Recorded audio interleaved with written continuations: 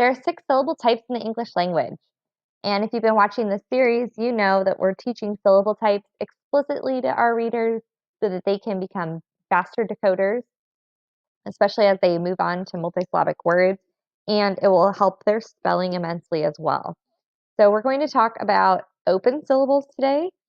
Open syllables are one of the least common as far as single syllable words, but they will help our readers become more proficient as they move into multisyllabic words, which is where open syllables are most commonly found. Open syllables have one vowel. Let's look at the word go.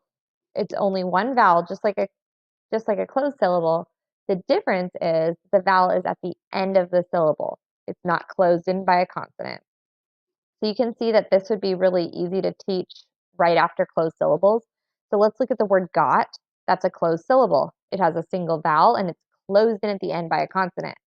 And so we can show kids this is a closed syllable. So we know this says ah, got. But what happens if I take that T off? What happens is it becomes an open syllable. And you can show them that hand sign goes from closed to open palm. And it changes the vowel sound. So now instead of the vowel being short, it's not closed in by a consonant.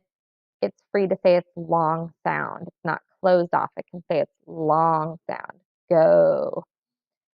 Let's look at another open syllable. Same thing. It has one vowel. It's at the end of the word, the end of the syllable. So it's not closed in by a consonant. It's free to say its long sound. E, me. Most often, you're going to see these in multisyllabic words. Like I mentioned before, in English, open syllables are not common.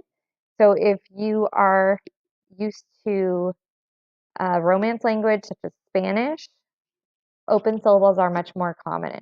But in English, you can list a handful. It's go, me, she, he, no, so, we. There aren't very many, but it does make it them easy to teach because they are pretty short words, and a lot of kids come in knowing them from kindergarten. If you're an early elementary teacher, they have some exposure in kindergarten. These are all taught as sight words or high frequency words in kindergarten.